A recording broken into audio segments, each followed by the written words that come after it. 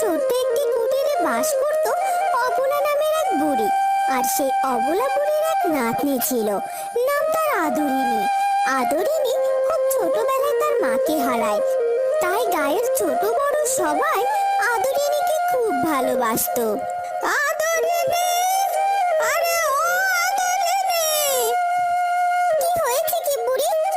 তবে রে, আমাকে বুড়ি বলা, মামাকে বুড়ি বলা তোর ফের করছে রে। তুমি আমায় কিছু করতে পারবে না, আমি চললাম আমার সইয়ের বাড়িতে। এই কথা বলে আদরিনী ছুটে তার সইয়ের বাড়িতে চলে যায়। পাগলি মেয়ে কোথাকার, এই মেয়েকে নিয়ে আর পারা যায় না। সবার আদর পেয়ে পেয়ে একখানা বাদর তৈরি হচ্ছে দিন দিন।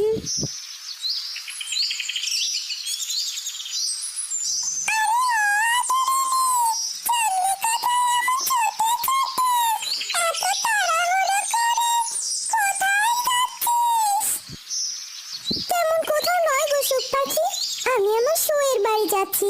তুই আমার সাথে যাবি তো? তাহলে চল আমার সাথে।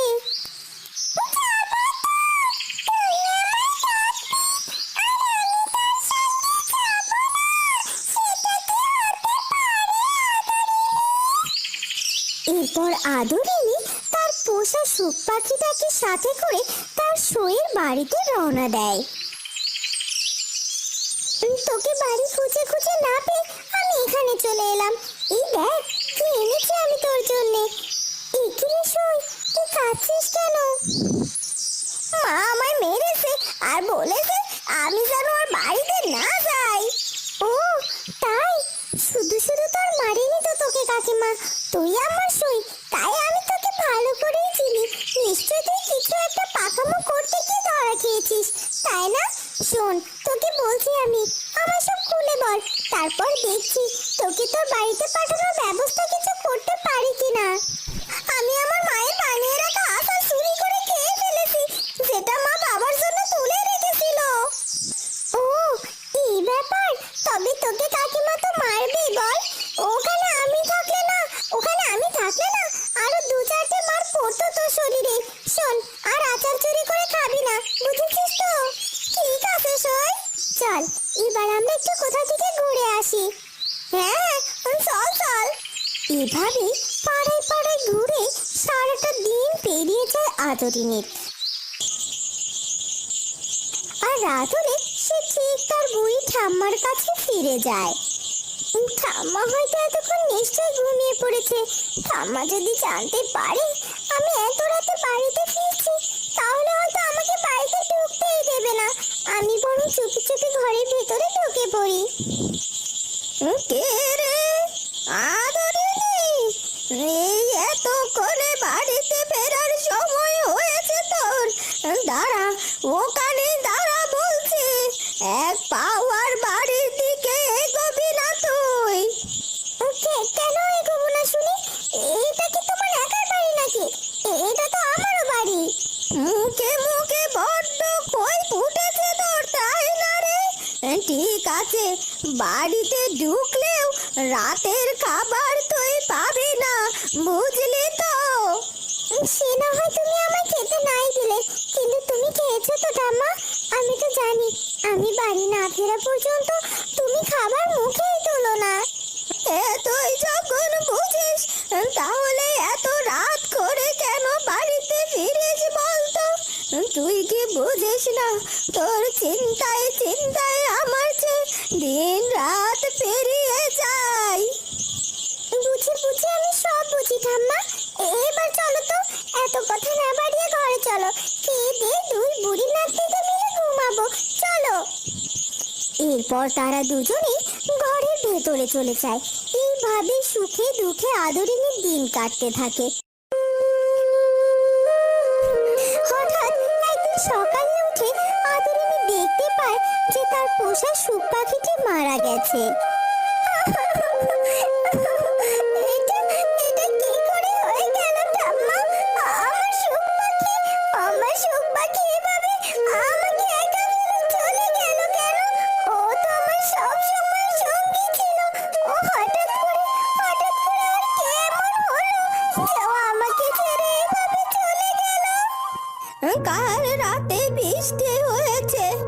সাথে মেঘের গর্জন আর বিদ্যুৎ চমকেছে বেশ। ওসবের জন্যে হয়তো সুখ পাখিটা মারা গেছে রে দিদি ভাই। সুখ পাখিটিকে হারিয়ে আদরিনী বেশ চুপচাপ হয়ে যায়। আগের মতো জন্মনে ভাব আর তার মধ্যে দেখা যায় না।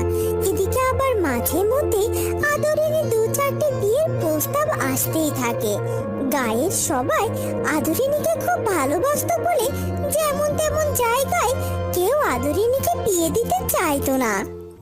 শোনো বুড়িমা, আদুরিনীকে তুমি কিন্তু যেমন তেমন জায়গায় বিয়ে দিতে পারবে না। আদুরিনী হলো আমাদের সবার আদরের। আমরা সবাই মিলে ওর খুব বড় ঘরে বিয়ে দেব, তখন দেখবে আমাদের আদরিনী কত সুখী হয়। হ্যাঁ গো বুড়িমা, আর তাছাড়া আমাদের আদরিনীকে কোনো দিক দিয়ে কম যায় নাকি? সে তো রূপে গুণে সেরা গো। সেই গুণ বলতে তো মহারানীর শুধু পাড়ায় পাড়ায় ঘুরে বেড়ানোটাই পারে। ওসব বিয়ে হলে ঠিক হয়ে যাবে বুড়িমা, তুমি এত চিন্তা করো না তো। আর তাছাড়া আদরিনীর বয়সের সাথে সাথে তো অনেকটাই পরিবর্তনও হয়ে গেছে এখন গো। সে ঠিক আছে, তোমরা তো সবই জানো। বাপ মা হারা মেয়েটাকে আমি কোনো দিন কোনো কিছুতে কষ্ট পেতে দেইনি গো। তোমরা গায়ের আশেপাশে সব লোকেরাও তো ওকে বেশ আদর স্নেহ করো। তাই আমার ভয় হয় ওকে ওকে কোথায় না কোথায় বিয়ে দিয়ে কোন বিপদে বা ঠেলে দেয়। শেষে বড় ঘরে বিয়ে দিয়ে তারা যদি আবার আমার আদরিনীকে কষ্ট দেয়, অনাথ ছোট ঘরের মেয়ে বলে যদি কষ্ট দেয়, তাহলে কি হবে বলো তো? কি যে বলো না তুমি বুড়িমা, বিয়ে হলে কেউ বিপদে পড়ে নাকি গো? ও সব কিছুই হবে না, তুমি এসব নিয়ে একদম চিন্তা করো না বুড়িমা। একসময় গায়ের মোড়লের ছেলের সাথে আদরিনীর বিয়ের প্রস্তাব আসে, তাই সবাই খুব খুশি হয়ে আদরিনীকে সেখানে বিয়ে দিয়ে দেয়। তারপর থেকে আদরিনীর জীবনটা যেন একেবারেই পাল্টে যায়। তুই কি ভেবেছিলি বড়লোক বাড়ির বউ হয়ে সারা জীবন রাজরানী হয়ে কাটিয়ে দিবি, তাই না? না না, তা হবে না।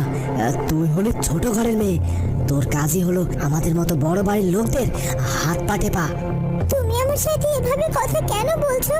তুমি ভালো করে একটু কথা বলে দেখোই না। তুমি আমায় যা করতে বলবে আমি তাই করে দেব, কিন্তু তবুও তুমি আমার সাথে এমন দুর্ব্যবহার করো না।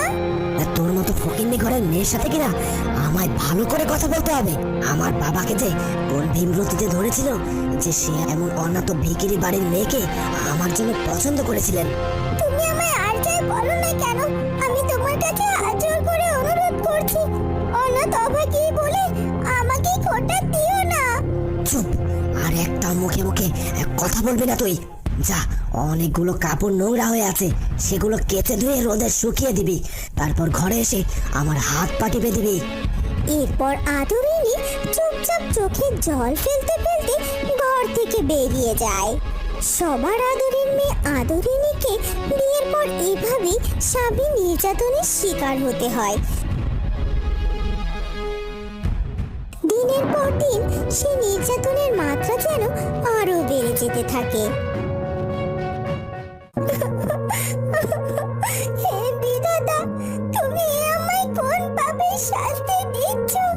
আমার স্বামী কেন কেন আমার সাথে এমন খারাপ ব্যবহার করে? তার মনে কি আমার জন্য একটু দয়া মায়া হয় না? ছোটবেলা থেকে মা বাবা নেই বলে কোনো অভাব দুঃখ আমাকে সহ্য করতে হয়নি, তবে বিয়ের পর থেকে তো আমার জীবনে সব দুঃখ কষ্ট যেন আজকে পিঠে জড়িয়ে ধরেছে। এইভাবে আদরিনী কাঁদতে থাকে। হঠাৎ সেখানে তার মরে যাওয়া সেই সুখ পাখিটির আবির্ভাব হয়।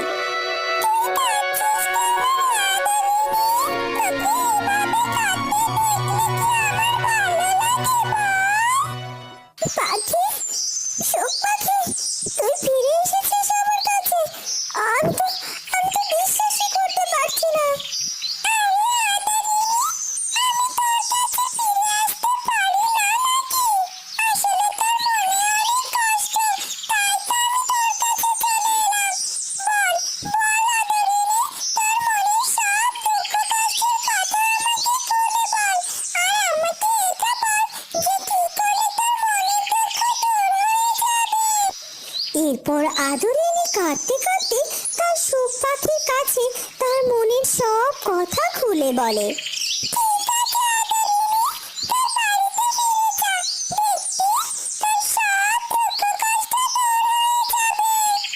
এরপর সুখ পাখির কথা মতো আদরিনী তার বাড়িতে ফিরে যায়।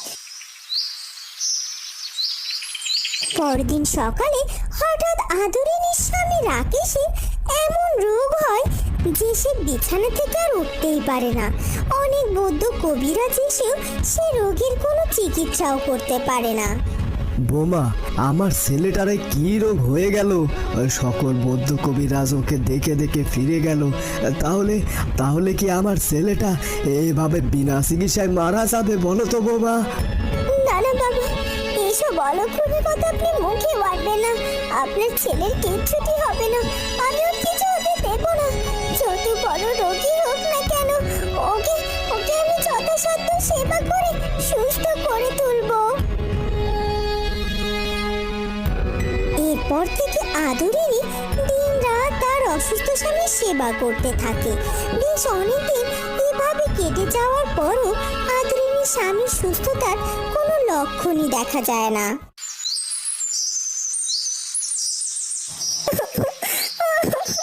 সুখ পাখি, সুখ পাখি, তুই তো বলেছিলি সেদিন যে সেদিনের পর থেকে নাকি আমার জীবনে আর দুঃখ কষ্ট থাকবে না।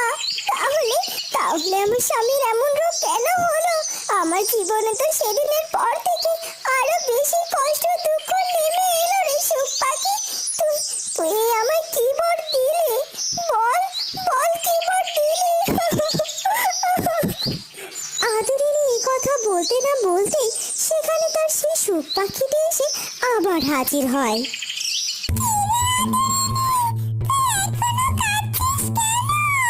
তুই আমার সেদিন কি বর দিয়েছিলিস রে সুখ পাখি যে আজ আমার স্বামীর এমন অবস্থা হয়েছে?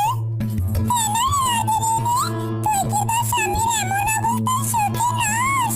কারণ তোর স্বামী তো সুস্থ থাকতে তোর উপর অনেক অন্যায় অত্যাচার করতো।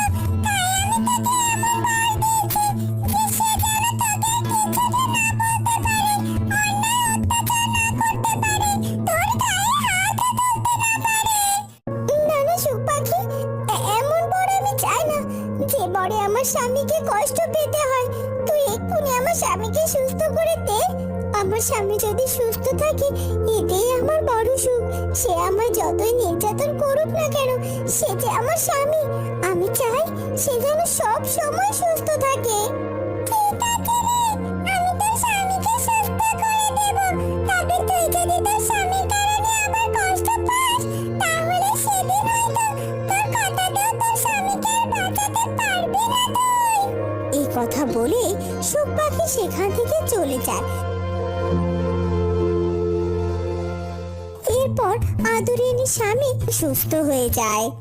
আমায় আমায় তুমি ক্ষমা করে দিও আদরিনী। তুমি আমায় এতটা ভালোবাসো, আর আমি কিনা তোমায় এত নির্যাতন করেছি। আমার কাছে তোমার ক্ষমা চাইতে হবে না, তবে তুমি আমায় অনেক বলে কষ্ট দিও না। না, আমি তোমার আর কোনোদিনও কোনো কষ্ট দেব না। এরপর আদরিনীর স্বামী তার ভুল বুঝতে পেরে ভালো হয়ে যায় এবং তারপর থেকে আদরিনী তার স্বামীর সাথে সুখে শান্তিতে সংসার করতে থাকে। এইভাবে আদরিনীর দিন সুখে শান্তিতে কাটতে থাকে।